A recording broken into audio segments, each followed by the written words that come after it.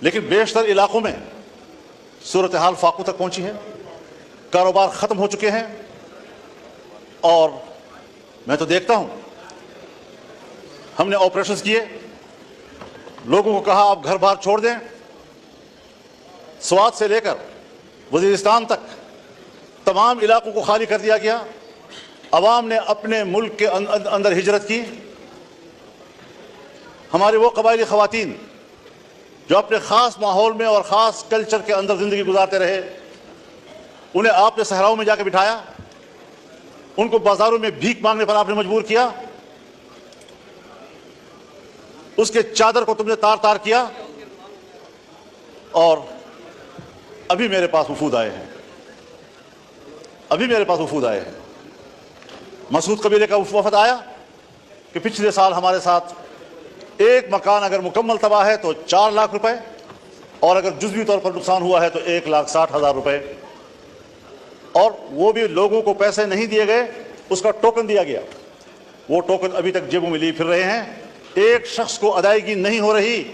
آپ بتائیں 4 لاکھ ایک مکان بنانے کے لیے، کیا 4 لاکھ پر آپ کے گھر کا غسل خانہ بھی بن سکتا ہے؟ اور آپ ان کو کہنا ہے کہ پورا گھر بنانا ہے۔ 1,60,000 پہ آپ نے 1-2 کمرے بنانے ہیں جو گر گئے تھے۔ کیا مذاق دنیا کے ساتھ ہو رہا ہے؟ آج چمن کے اوپر، بارڈر کے اوپر 9 مہینے سے لوگ بیٹھے ہیں، در بدر بیٹھے ہوئے ہیں، آپ وہ شرائط ان کے اوپر لگا رہے ہیں کہ جو شرائط سرحد پر بیٹھے ہوئے لوگوں کے اوپر دنیا میں نہیں لگائے جاتے۔ پوری دنیا میں سرحد پر رہنے والوں کو کچھ خصوصی مراعات ملتی ہیں، اور وہ بھی وہ بارڈر جو بین الاقوامی طور پر ریکگنائزڈ ہو۔ ہندوستان پاکستان کا سرحد طے شدہ ہے۔ پاک افغان بارڈر کو میں اور آپ پاک افغان بارڈر کہہ رہے ہیں، کیا افغانستان بھی اس کو پاک افغان بارڈر کہتا ہے یا اس کو ڈیورنٹ لائن کہتا ہے؟ کیا یہ کسی سمجھوتے کی بنیاد پر ہوا تھا کہ ایک ہی آدمی کا گھر، اس کا صحن پاکستان میں ہے، کمرے افغانستان میں ہیں، ایک ہی گاؤں کی مسجد، اس کا محراب افغانستان میں ہے اور اس کے مقتدی جو ہے وہ پاکستان میں کھڑے ہوتے ہیں؟ چمن میں جائیں، کتنے لوگ ہیں کہ جن کے گھر پاکستان میں ہیں اور جائیدادیں افغانستان میں ہیں، زمینیں وہاں کاشت کرتے ہیں، وہاں سے مال لاتے ہیں، اپنا کمایا ہوا گھر میں لاتے ہیں۔ آج وہاں پر آپ کر کیا رہے ہیں کہ لوگ بیٹھے ہوئے ہیں، متبادل کوئی ان کے پاس آپ کا تجویز نہیں ہے کہ آپ اس کو کیا روزگار دے رہے ہیں۔ وہ مزدوری کرتے ہیں، بچوں کے لیے کماتے ہیں۔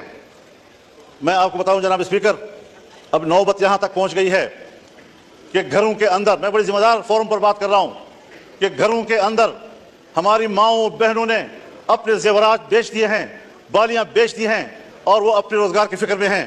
وہ ختم ہو گئے پیسے، اب گھروں کے دروازے اور کھڑکیاں وہ بیچنے پر مجبور ہو گئے ہیں کہ کس طریقے سے ہم دن رات گزاریں۔ اور ریاست اس حد تک شقی القلب ہو چکی ہے کہ ان کو احساس تک نہیں ہے کہ یہ ملک کے باشندے ہیں اور ان پر کیا گزر رہی ہے۔